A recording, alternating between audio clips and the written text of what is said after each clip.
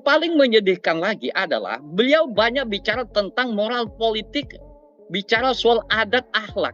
Sebetulnya jujur saya katakan, Presiden Jokowi ini sebetulnya menelanjangi diri sendiri dengan konsep revolusi mental.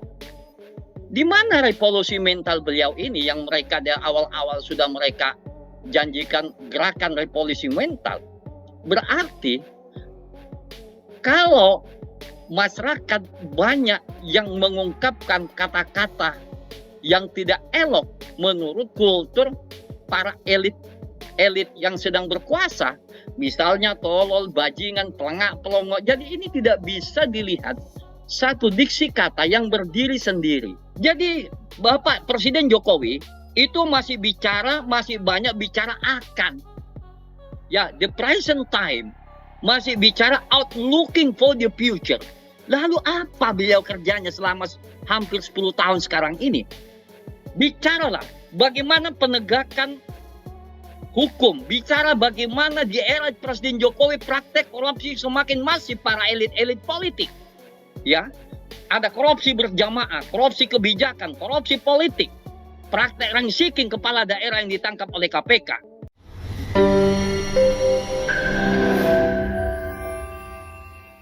Alhamdulillahirabbil alamin, wassalatu wassalamu ala asyrafil anbiya wal mursalin sayyidina maulana Muhammad wa ala alihi wasallam.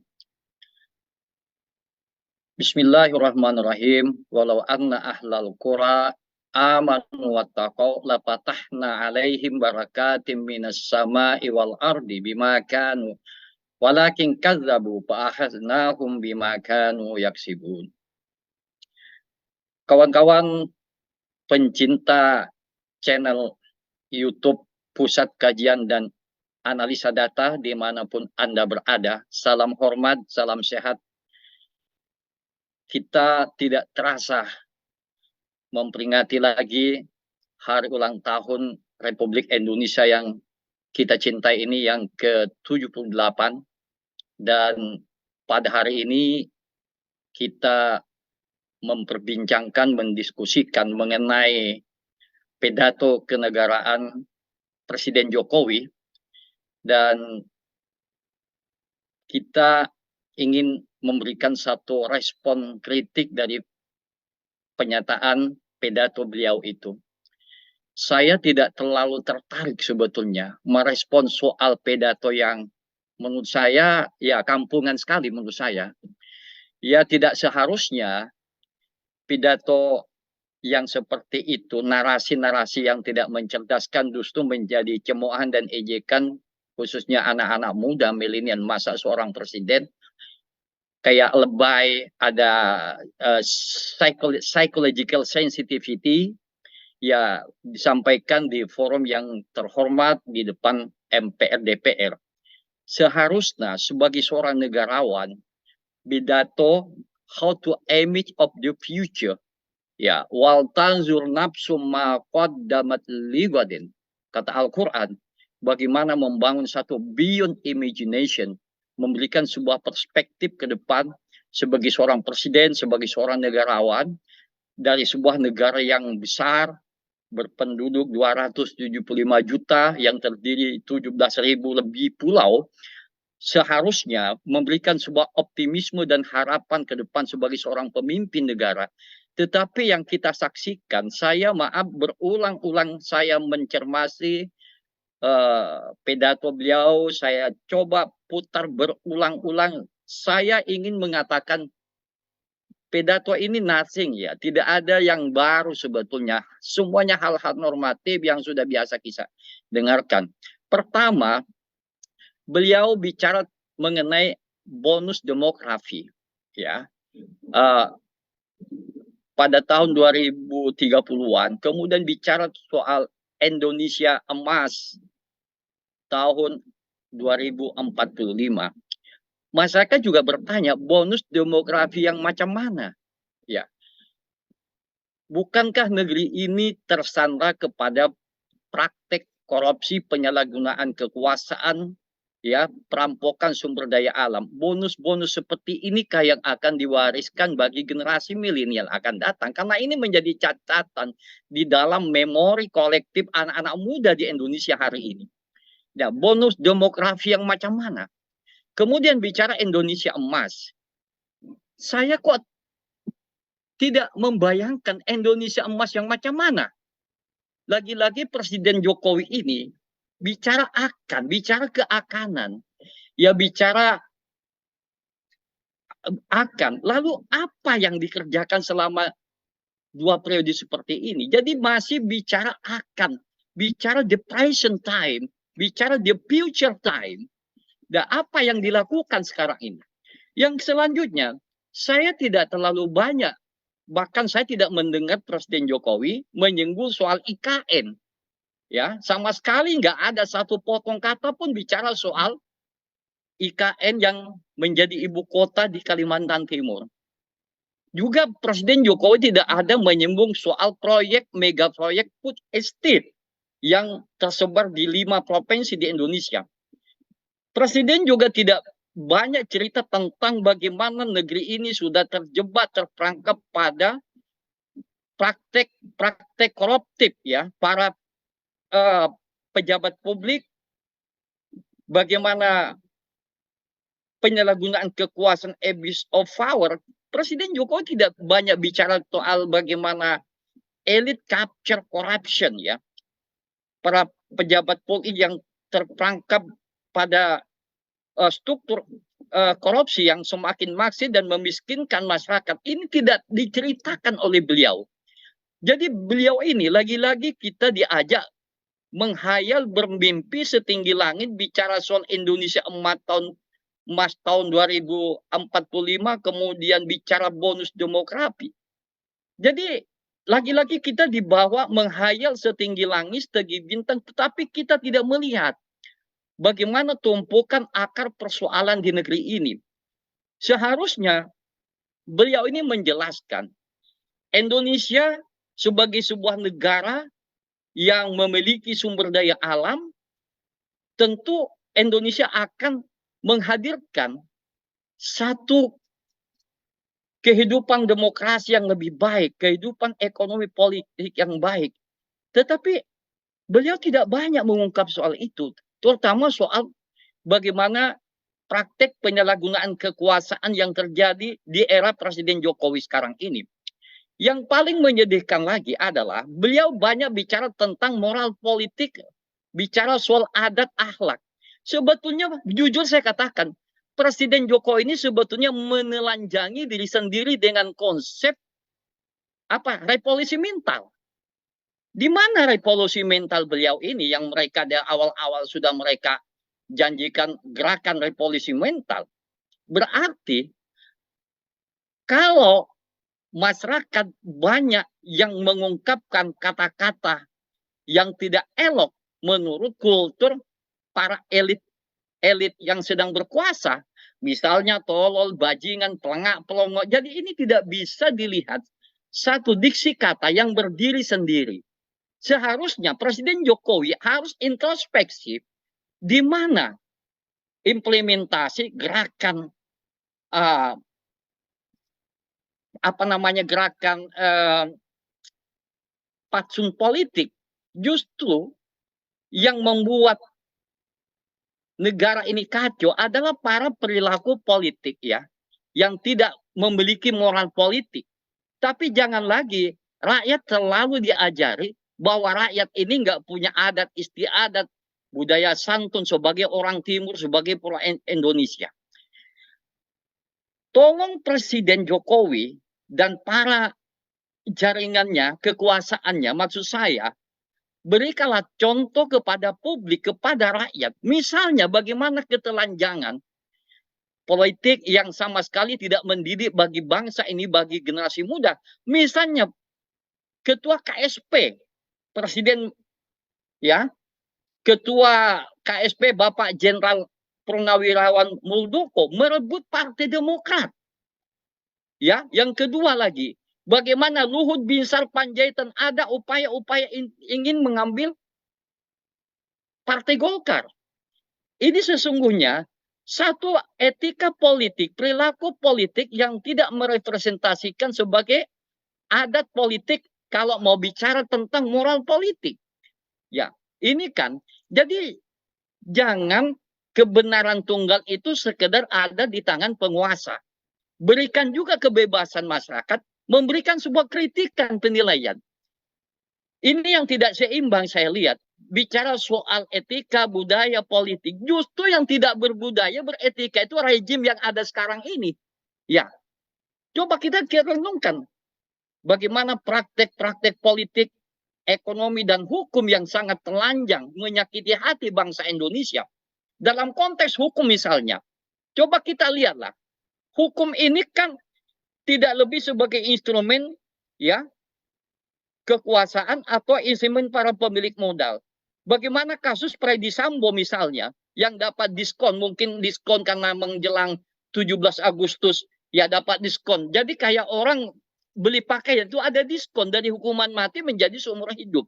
Ini dalam segi hukum, belum lagi praktek-praktek yang lain. Bagaimana buronan politik kayak Harun Masiku. Ya, dan ini menjadi sebuah tertawaan masyarakat, kok seorang Harun Masiku nggak bisa ditangkap-tangkap. Tetapi kalau polisi mau menangkap teror itu paling cepat seperti yang terjadi itu baru-baru ini. Jadi mari kita bicara yang seimbang lah, ya, balance bicara. Jadi jangan terlalu memberikan pelajaran kepada rakyat. Penguasa juga harus introspeksi diri. Ya, ini dalam aspek penegakan hukum. Kemudian dalam aspek politik, yang terjadi kan politik oligarki sekarang ini. Ya, reformasi 1998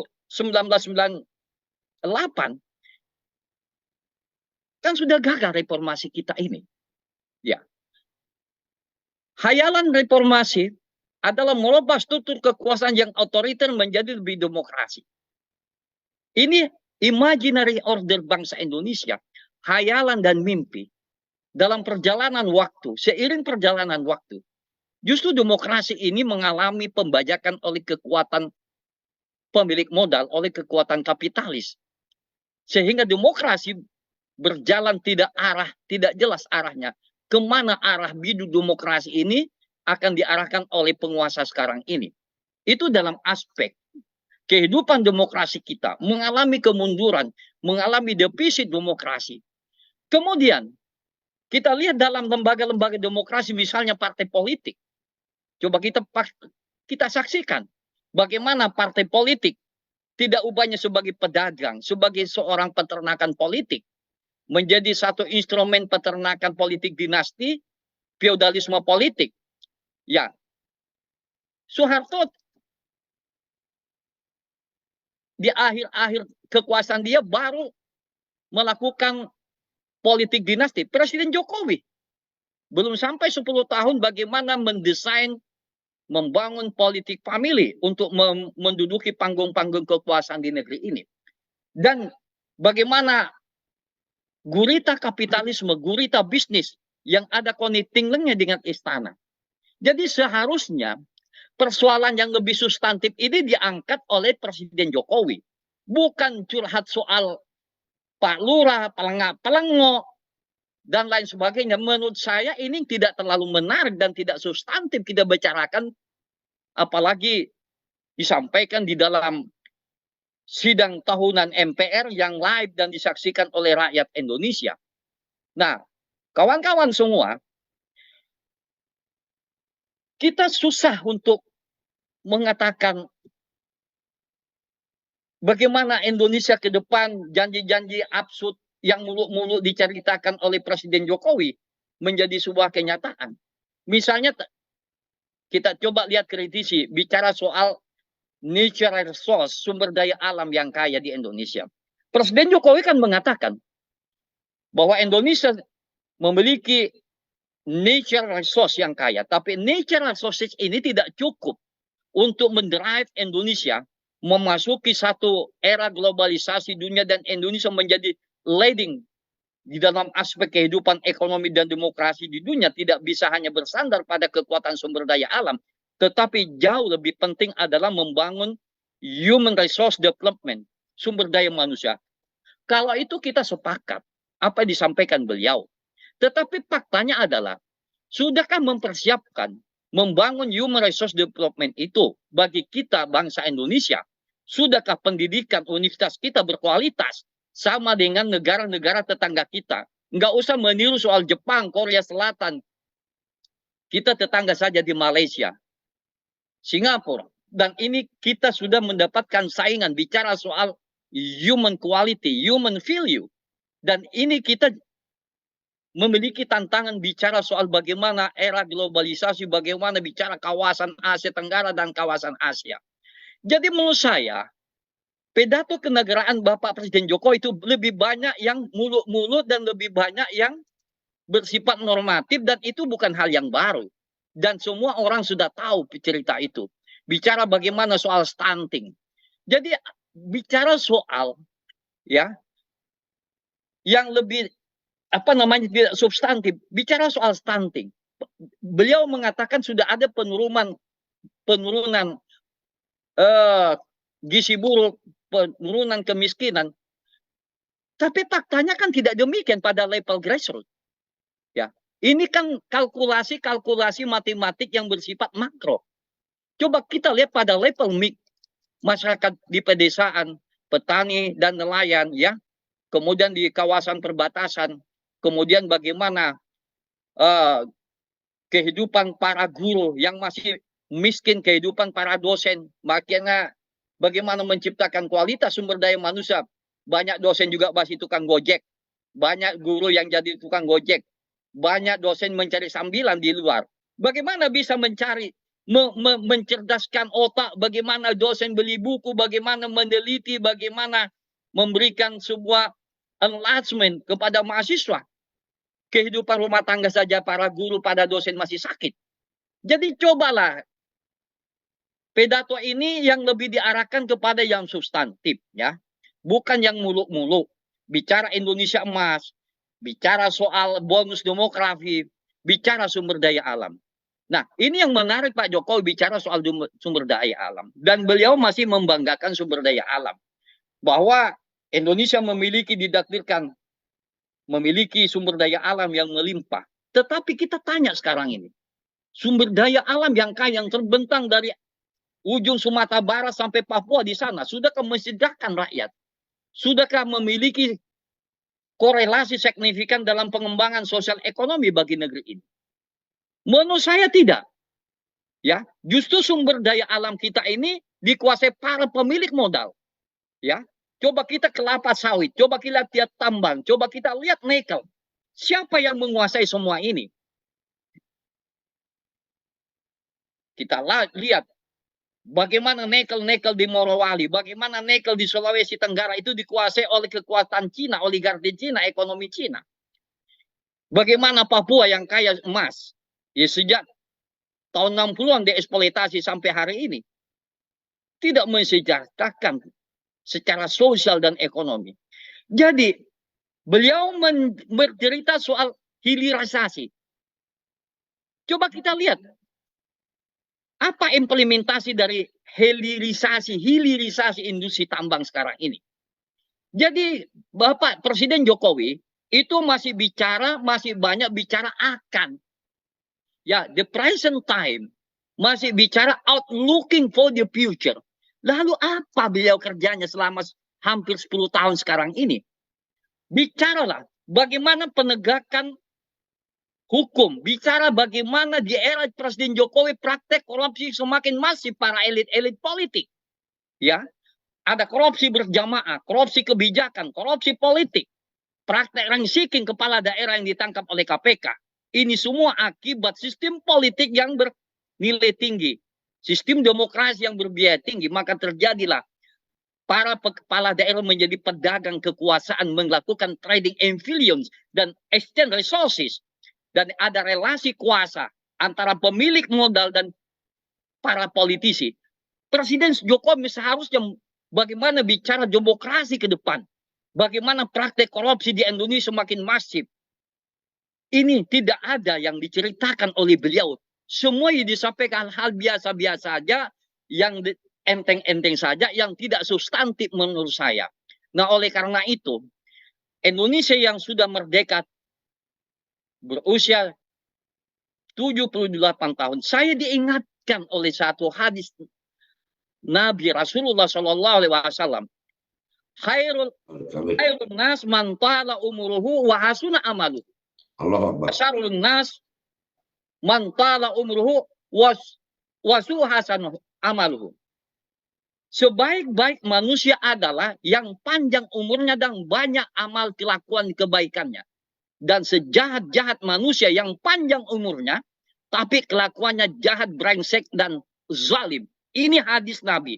Barangkali ayat ini bisa dijadikan sebagai moral, pesan moral untuk mendesain Indonesia ke depan.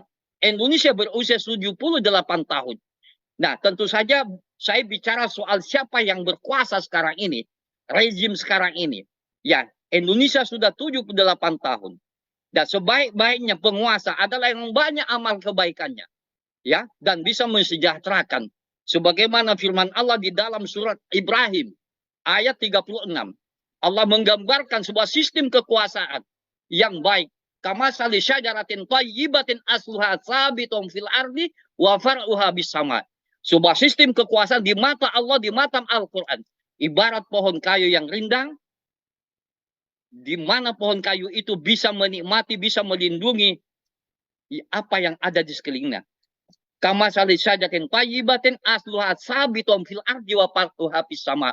Pohon kayu yang rindang itu memiliki akar yang tertancap kokoh ke bumi dan dahannya rantingnya menjulang tinggi ke langit.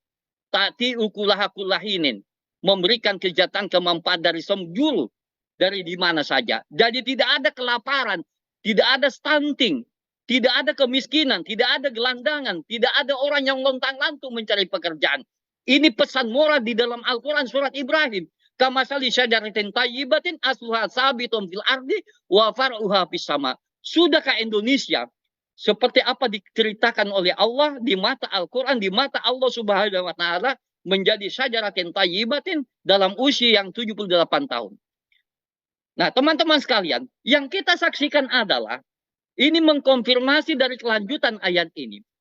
Sebaliknya, sebuah sistem kekuasaan yang tidak becus, yang tidak dilandasi moral, etika, dan spiritual, dan lebih banyak koruptif, manipulatif, dan zalim terhadap rakyat, kamasali syajaratin habisatin ijtusat min fawqil ardi malaha min qarar. Sebuah sistem kekuasaan, the bad system, ibarat pohon kayu yang yang jabuk, yang kalau dikena angin akan tertumbang karena tidak memiliki dimensi moralitas politik.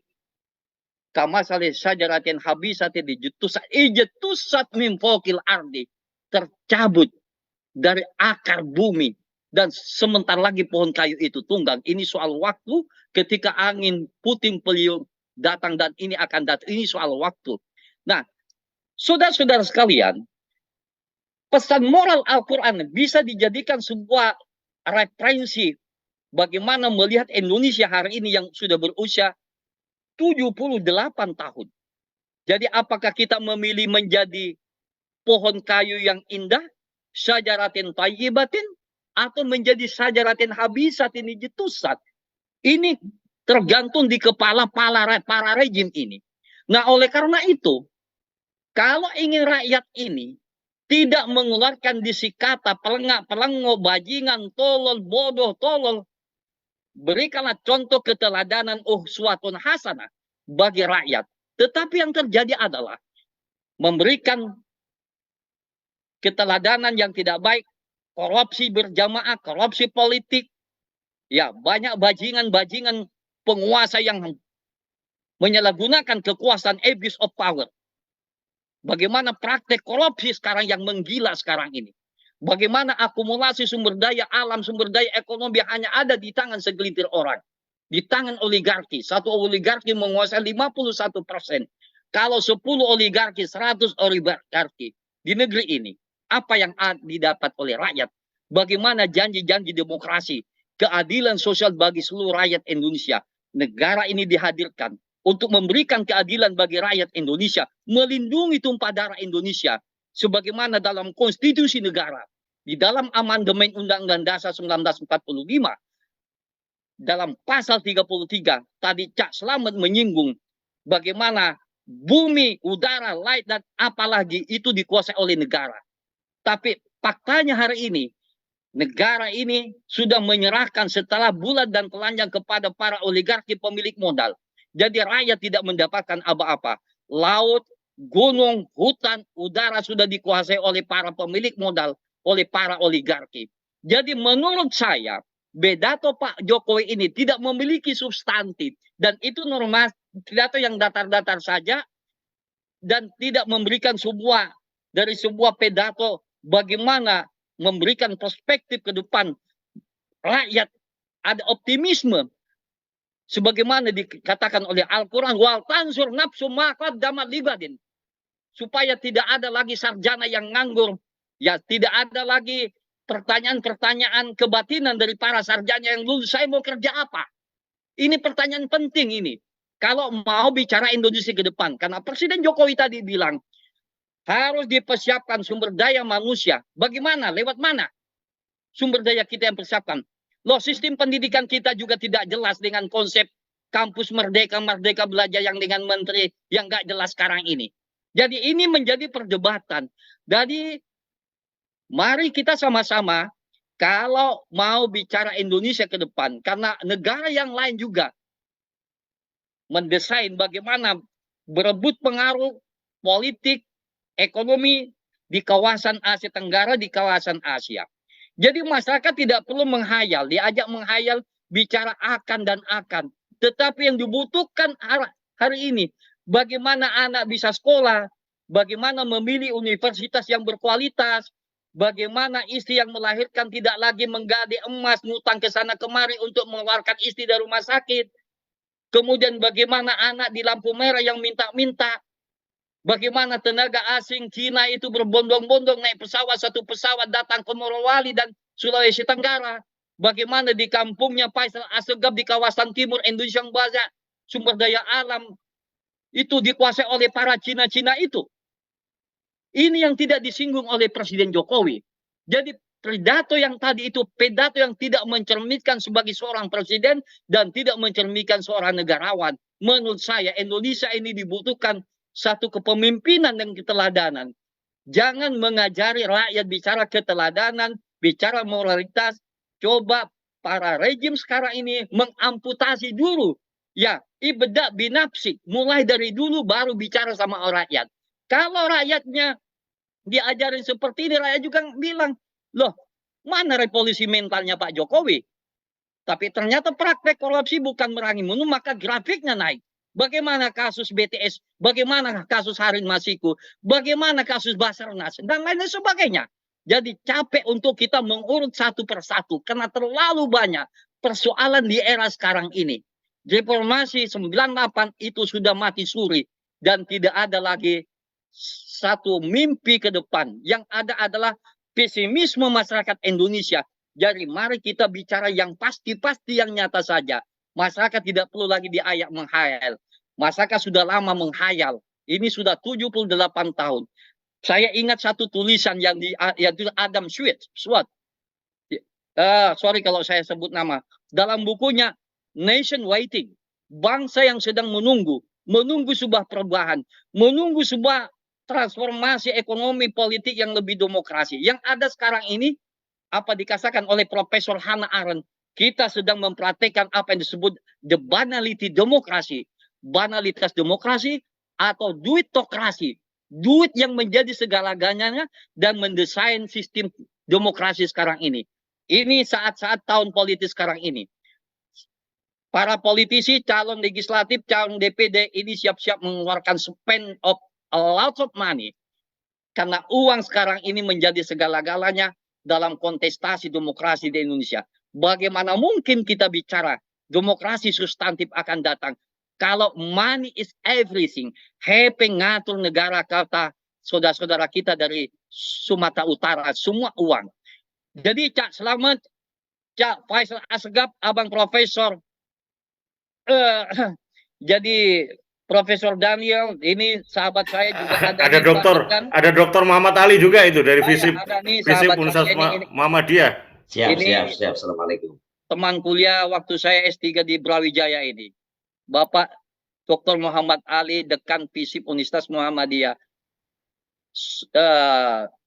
Nusa Tenggara Barat.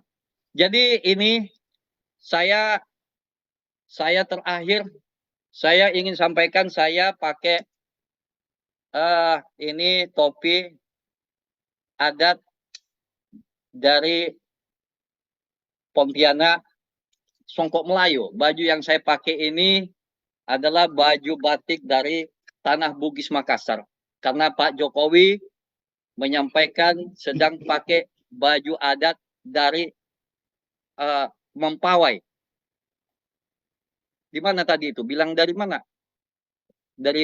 Sorry kalau saya salah ingat, dari Maluku, pakaian adat dari Maluku. Nah, saya lewat Zoom ini saya ingin menyampaikan kepada Cak Slamet, saya pakai topi Melayu dari Kalbar Pontianak, dan baju yang saya pakai adalah baju batik dari Tanah Bugis Makassar. Oh iya, Pak Jokowi pakai baju dari Tanimbar, dari kampungnya Faisal Assegaf. Dekat nggak Pak Bang Faisal dari Tanimbar itu ya? Iya. Jauh. Jadi itu yang saya Iya. juga orasi. Kalau Pak Jokowi bisa orasi, kita juga bisa orasi. Terima kasih. Wassalamualaikum warahmatullahi wabarakatuh.